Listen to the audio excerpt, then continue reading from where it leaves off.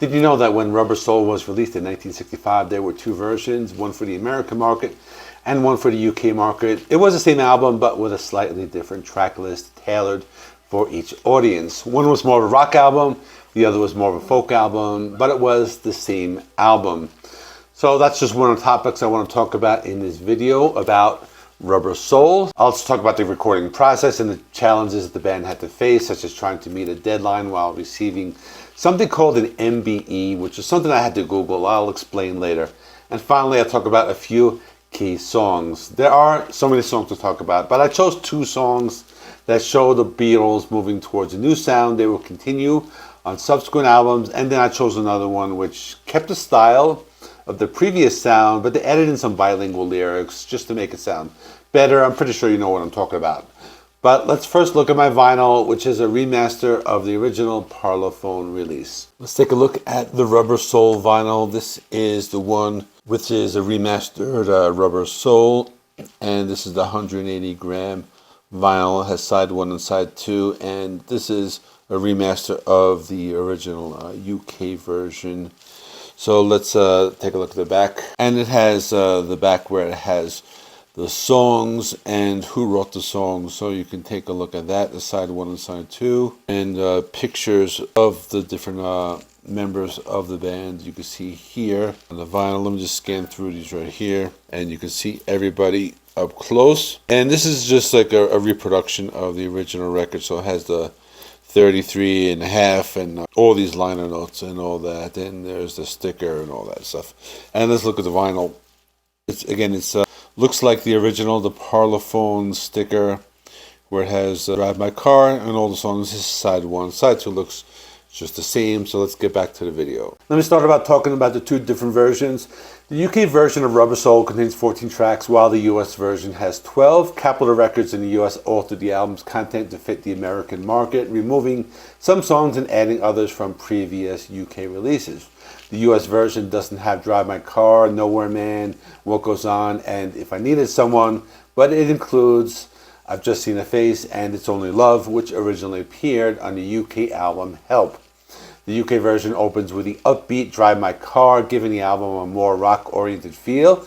The US version opens with I've Just Seen a Face, which has more of an acoustic, folk rock tone. So this influenced the American listeners' perception of the album's style. It was done on purpose. The omission of certain tracks in the US version was intended to create a more cohesive folk rock sound in line with the trends of the American music scene at the time. But there were a few choices that seemed strange at the time. Let's take, for example, the song Nowhere Man. The reason Nowhere Man was included on the UK version of Rubber Soul but not the US release was because Capitol Records in the United States chose to release it as a standalone single instead of including it on the album. In the US and Canada, Nowhere Man was issued as an A-side single in February of 1966, several months after the UK album release. And it later appeared on the US album Yesterday and Today rather than on Rubber Soul.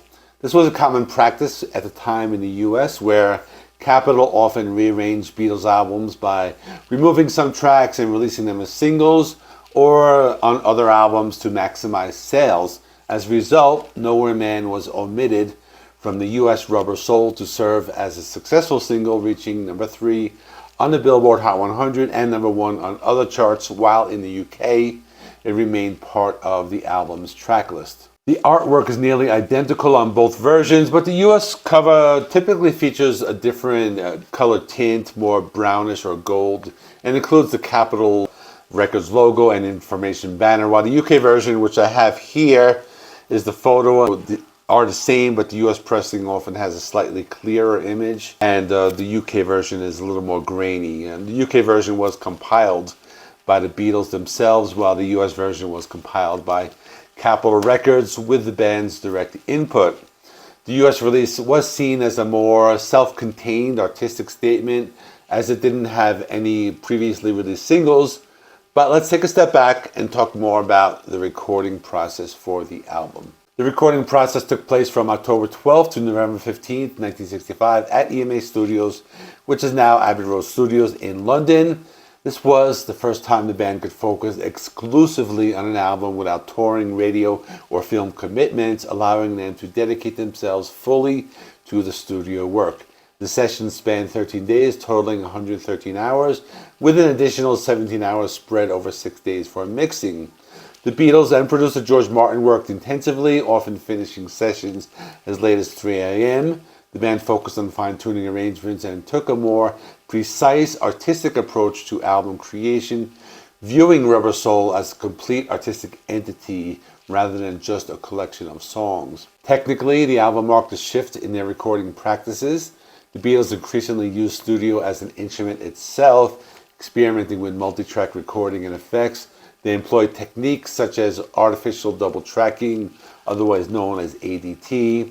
They used classical instruments and they explored new sounds beyond their earlier live-style recordings. This period was pivotal in their evolution from a live band to innovate studio artists. They also experimented with vocal arrangements and instrumentation. For example, the track Nowhere Man involved the complex three-part harmonies and acoustic rhythm, guitar, bass, and drums. The album also featured Paul McCartney playing lead guitar on Drive My Car, so not everyone was playing their usual instruments. The album was produced by George Martin, who had recently left EMI staff to co-found Associated Independent Recording, or Rubber Soul was the last Beatles album engineered by Norman Smith before his promotion to producer. Not everything was smooth sailing. The Beatles faced several recording challenges while creating Rubber Soul. First one was a tight deadline and pressure to complete the album on time. The band had to finish the album before the Christmas release, which led to intense late-night sessions, often running until 3 a.m. Keep in mind that this was the 60s and bands had to release albums quickly. There were also some problems with the songwriting. John Lennon and Paul McCartney struggled to write enough new material for the album. At one point, the recording session was canceled due to the lack of songs, and they had to include Wait, a track originally recorded during help sessions, to fill out this album. All this pressure caused tension among the members during recording, making the process challenging emotionally as well as artistically. They were also playing unfamiliar instruments like the sitar and using effects like a fuzz bass and capos on guitars. So the band had to adapt to new sounds and recording methods. As a result, there were some problems in the sessions. Despite these challenges, the Beatles managed to produce a cohesive and innovative album that marked a turning point in their career, shifting their focus fully to studio work and artistic experimentation. But there was another event that made it difficult to meet this tight deadline around the same time. The Beatles received their MBEs at Buckingham Palace on October 26, 1965. If you didn't know, MBE stands for Member of the Most Excellent Order of the British Empire, which is a British order of chivalry established in 1917 by King George V. It recognizes individuals for outstanding achievement or service to the community, often with long-term significant impact that stands as an example to others. In other words, it was a major interruption during the Rubber Soul recording sessions. The band had to pause their intensive studio work to attend the formal ceremony. This broke the creative flow during a period when they were under tight deadlines to complete the album for a pre-Christmas release. I want to talk about a few of the songs. I won't be able to get to all of them, so I'll pick a few highlights, then maybe I'll do a follow-up video later on. Let's start with Nowhere Man. The song was written by John Lennon and credited to the Lennon-McCartney partnership. It was recorded on October 21st and 22nd, 1965, and released in December 1965 on the album in the UK, but in the United States and Canada, it was first released as a single in February 1966, and later included on the album Yesterday and Today. The song describes a man who has no direction in life and lacks a genuine worldview. It's notable for being one of the Beatles' first songs that's entirely unrelated to romance or love. So this was an example of their shift towards a more philosophical and introspective songwriting. The lyrics reflect a sense of isolation and confusion. This was something that John Lennon himself related to during a period of feeling lost and introverted amidst the pressures of all this Beatlemania. Musically, the song features three-part harmony sung by Lennon, Paul McCartney, and George Harrison. The lead guitar solo is performed in unison by George Harrison and John Lennon, both playing identical sonic blue Fender Stratocasters. The song also appears in the animated film Yellow Submarine, where the Beatles sing it about the character Jeremy Hillary Boob in Nowhere Land. The song was a commercial success, reaching number 3 on the Billboard Hot 100 in the US and topping charts in Canada and Australia. It was also a staple of the Beatles' 1966 live shows.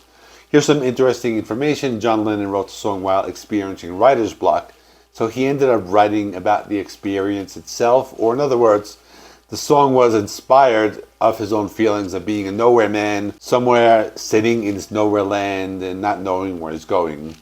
Although the song was written in third person, Lennon later admitted it was autobiographical. Paul McCartney described it as an anti-John song, reflecting Lennon's self-reflection and critique of himself. But everything was not so serious. They still played love songs, as the song Michelle.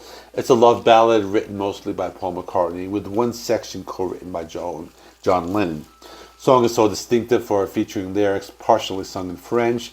The song originated from a playful French imitation McCartney used to perform at parties during his teenage years.